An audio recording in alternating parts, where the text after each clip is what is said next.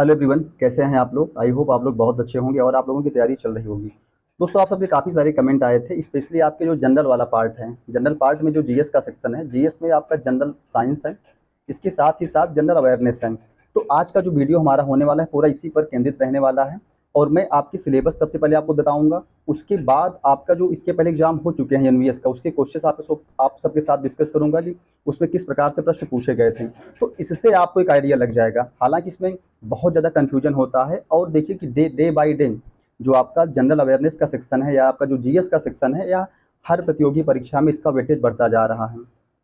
तो इसको तैयार करने का हमारा क्या जो है एक स्ट्रेटजी होनी चाहिए, क्या हमारा तरीका होना चाहिए। क्योंकि देखिए, जो समान अध्ययन का जो भाई स्कोप है वो बहुत अधिक है, और इसका जो दायरा भी बहुत ज़्यादा वास्ट है। अगर आप बहुत ज़्यादा इस पे भी टाइम आप देते हैं, अगर आप मोटी-मोटी किताबों के चक्कर में पढ़ते हैं, तो आपका बहुत ज़्यादा समय यहाँ भी खर्च हो सकता है। तो आपका और जो सेक्शन है वो छूट सकता है। भई हमें कोई सिविल की तो तैयारी हम लोग कर नहीं रहे हैं, हमें पूरा हमें यही इसी पर पूरा हमें ध्यान देना है। हाँ, ये है कि जिसका जितना वेटेज है उतना हमें टाइम यहाँ देना है। तो मैं आज बात करूँगा कि इसके लिए हमारी क्या अप्रोच होनी चाहिए। तो देखिए, इसके लिए सबसे ज़रूरी यही है कि मैंने आप लोगों के साथ कई सारे पेपर मैंने शेयर किए, चाहे एनवीएस का हो, केवीएस का हो। और जो भी चीज़ें मैं आप लोगों के साथ शेयर करता हूँ, मैं सिलेबस, उसके बाद जो इसके पहले पेपर हुए हैं, क्योंकि एमआरएस आपका पहली बार कंडक्ट हो रहा है, तो इसका पेपर तो नहीं मिल पाएगा। लेकिन इसका सिलेबस, चाहे टीचिंग एग्जाम चाहे जो हो, चाहे केवीएस हो, एनवीएस हो, डीएसएस भी हो, सिलेबस आपका काफ़ी ज़्यादा सिमिलर है एक दूसरे से। और एमआरएस का आपका सिलेबस आपकी एनवीएस के एग्जाम के सिमिलर ही है। उसका पूरा सिलेबस अगर आप देखेंगे, मैंने टेलीग्राम ग्रुप में शेयर भी किया है, एनवीएस का भी शेयर किया है और ईएमआरएस का भी शेयर किया है। तो एक क्लैरिटी आपको वहाँ से मिल गई होगी कि भाई उसमें क्लियर मेंशन किया गया है कि कहाँ से चीज़ें पूछी जा रही हैं।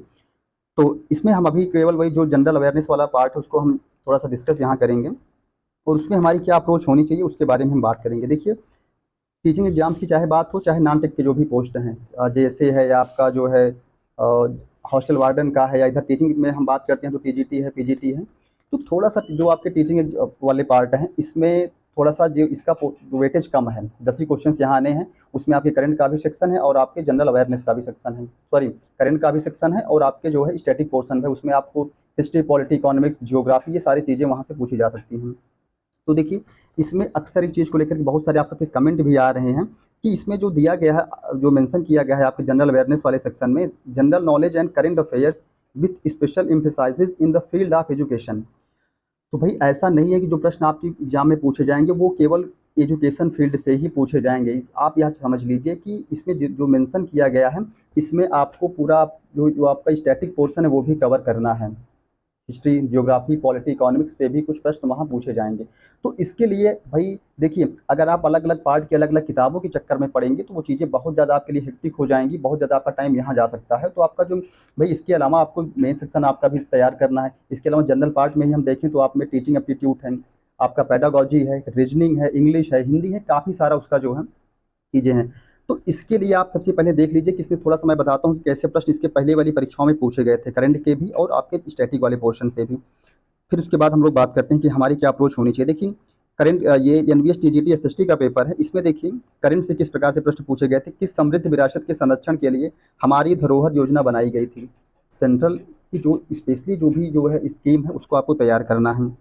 दूसरा प्रश्न आपका है कि निम्नलिखित शैक्षिक संस्थानों का मिलान सूची से सूची 2 में करना है। इधर आपके विश्वविद्यालय दिए गए हैं, उसके बाद उनकी नेशनल फ्रेमवर्क में क्या रैंकिंग उसको आपको मिलाना है। जैसे दिल्ली विश्वविद्यालय है, बनारस हिंदू विश्वविद्यालय, जवाहरलाल नेहरू विश्वविद्यालय है, सावित्रीबाई फुले विश्वविद्यालय है। उसके बाद इस तरफ सूची 2 में उसकी जो है रैंकिंग दी गई है, कितनी जो है आउट ऑफ 10 में क्या उसकी रैंकिंग है, इस प्रकार से है। तो इसको आपको तैयार करना है। उसके अलावा हम देखते हैं कि निम्नलिखित में से किस संगठन ने हाल ही में बच्चों के लिए युविका 2022 नामक प्रशिक्षण कार्यक्रम का आयोजन किया था। तो युविका 2022 यानी कि 2023 का, क्योंकि ये पेपर आपका इसके पहले हुआ था, 2022 में हुआ था, तो वहाँ से प्रश्न पूछे गए थे। लेकिन अभी देखिए कि जो 2023 की जो मेन स्कीम है केंद्र सरकार की, जो भी योजनाएं हैं उसको आपको देखना है। और उसके लिए आप देखिए कि भाई एक घटनासार करके पत्रिका आती है पिछले 1 साल की, आप उसको देख सकते हैं। एडुटेरिया की एक पत्रिका आती है। इसके अलावा यूट्यूब पे जो लोग 6-6 महीने का करंट वो कवर करवा रहे हैं मैराथन के रूप में, आप उसको देख लीजिए। ठीक है, इस प्रकार से आप चीज़ों को करिए। किस देश ने हाल ही में दानूरी नामक मूल मिशन प्रारंभ किया था, ये एक प्रश्न पूछा गया था। ठीक है, और अभी हम देखते हैं कि भाई भाला फेंकने वाले निम्नलिखित भारतीयों में से विश्व एथलेटिक्स चैंपियनशिप 2022 में रजत पदक किसने जीता था। ये करंट का बहुत भाई अच्छा प्रश्न था।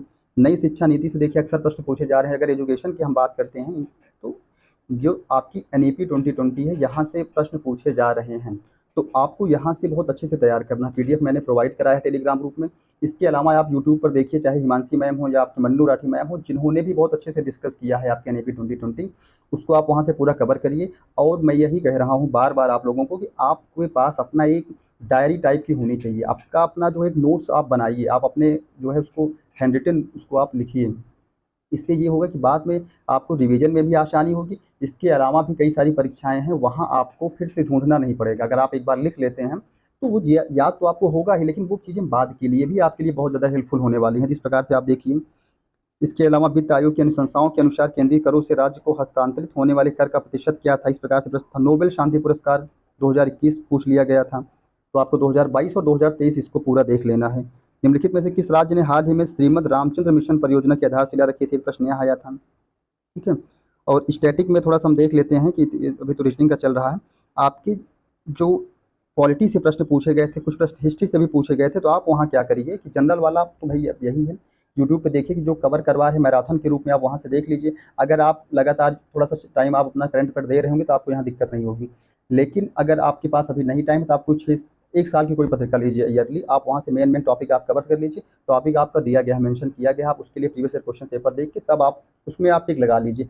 देखिए आपको पूरा, जैसे आपने एक पत्रिका ली है पिछले एक साल की, तो आपको पूरा उसमें नहीं तैयार करना है, क्योंकि वो आपके पास टाइम इतना नहीं है कि आप पूरा उसको तैयार करने बैठ जाइए। उसका सबसे आसान तरीका यही है कि आप पिछले वर्ष के प्रश्न पत्र देखिए और वहाँ से चीज़ों को आप कर लीजिए। इसके अलावा अगर आपके पास ये बुक है, तो मुझे काफ़ी अच्छा लगा, ये मैंने अपने लिए लाया था। मुझे काफ़ी इसमें जो जीएस पार्ट दिया कि काफ़ी सारी चीज़ें क्लैरिटी एक है, थ्योरेटिकल वे में भी है, फिर आपके प्रीवियस ईयर कुछ क्वेश्चन पेपर भी इसमें लगे हैं, काफ़ी ज़्यादा सारी चीज़ें यहाँ से भी क्लियर हो जा रही हैं। अगर आपने एनवीएस के टाइम पे भी तैयारी, आपने जब एनवीएस का एग्जाम फिल किया था उसके समय देखिए 2022 मैंने लिया था पीजीटी, क्योंकि मैंने दिया था एनवीएस का, तो मैंने इसको लिया था। तो यहाँ से भी प्रैक्टिस सेट इसमें मिल जा रहे हैं और इसमें प्रीवियस ईयर क्वेश्चन पेपर भी मेंशन किए गए हैं। कोई भी आप प्रैक्टिस सेट लीजिए, आपको एक चीज़ विशेष ध्यान देना है वहाँ कि उसमें प्रीवियस ईयर की क्वेश्चन पेपर होना बहुत ज़रूरी है, इस चीज़ का आपको विशेष ध्यान देना है। इसके अलावा अगर हम जीएस की बात करते हैं तो आपके लिए लूसेंट बहुत सफिशिएंट है।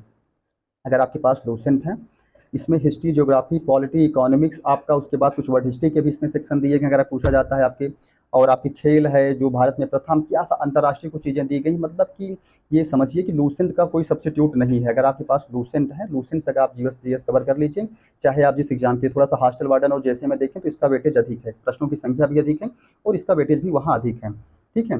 तो लूसेंट का कोई सब्स्टिट्यूट नहीं है, चाहे जितने भी जो भी अपडेटेड वर्जन आ जाए, Lucent is one of the best book. तो अगर आपके पास ये है तो आपको अन्य कोई किताबों पे आप बिल्कुल मत लीजिए।